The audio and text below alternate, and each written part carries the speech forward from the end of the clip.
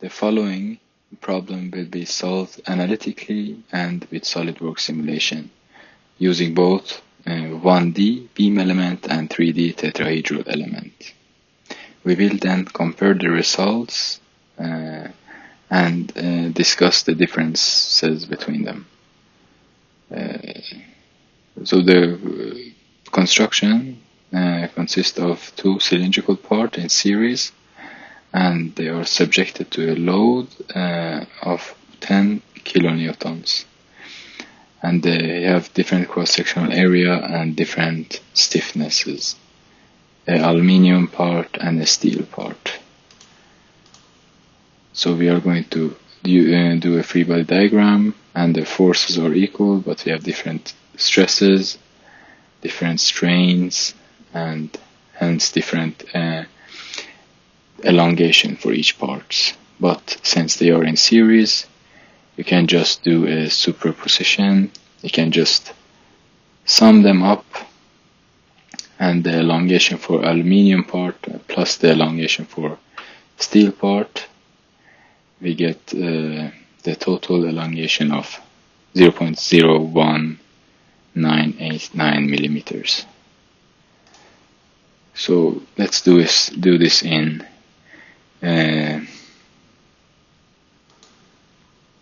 SolidWorks. Create a line, just two lines for our two beam elements, 300 millimeters and 300 millimeters. Regenerate, Control B, and go to weldments, create a structure or structural member, and then rotate this and go to sketch here and just edit the sketch. This was 80 millimeters in diameter, and exit the sketch, and let's create another structural member here. It doesn't matter the cross-sectional area because we're going to change it, and delete everything, and then create a circle with the diameter of 40, and then exit the sketch. Now we have the part. We go to simulation, create a new statics simulation, name it if you want. Now we are going to apply a material for each beam element, and this one was aluminium, so we go to aluminium alloys. We need to find some aluminium that has a Young's modulus of 70.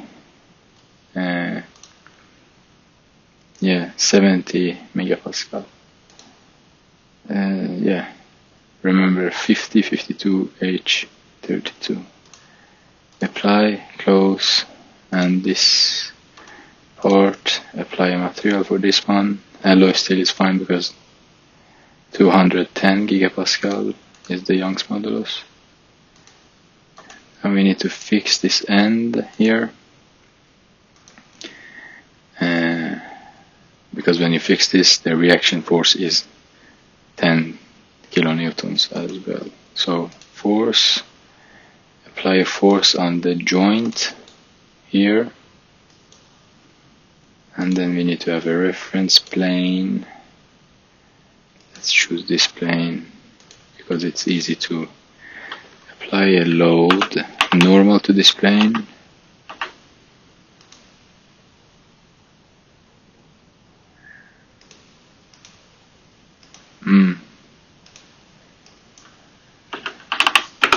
So the load is, as you can see, this needs to be reverse direction. So the load is applied, but you cannot see the symbol here. Now you just run the study. You don't need to measure it because it's only two beam elements. And you go to displacement, and as you can see here, the displacement is exactly exactly the way the calculated displacement, 0.01989. Now let's do this in 3D by creating a new part.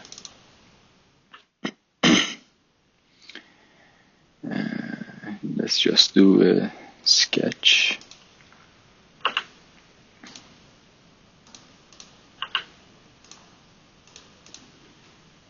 $80mm and then extruded 300mm.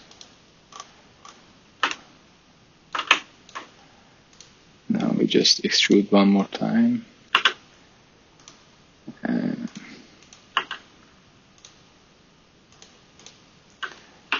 40mm.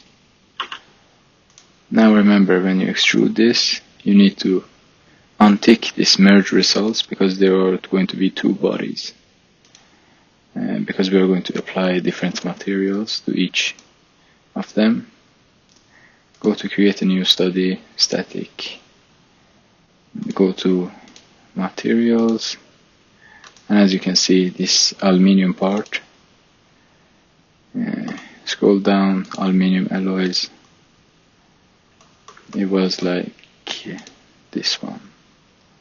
Apply, close, and then apply a steel material, alloy steel to this part, apply, close, fix the end, nope, fix geometry, okay, and when this comes you can just go to customize and scroll down, untick taskbar, and then you go to force, apply force here, reverse direction, and it's 10 kilonewtons. And just mesh and run.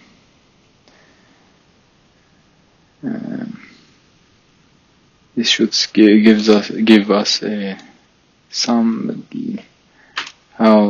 not exactly the same result as we got with beam elements, but it's close enough. 0.02082.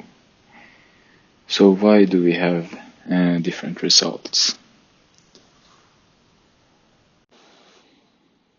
So I did a mesh refinement for the 3D model, and I represent all of the results here.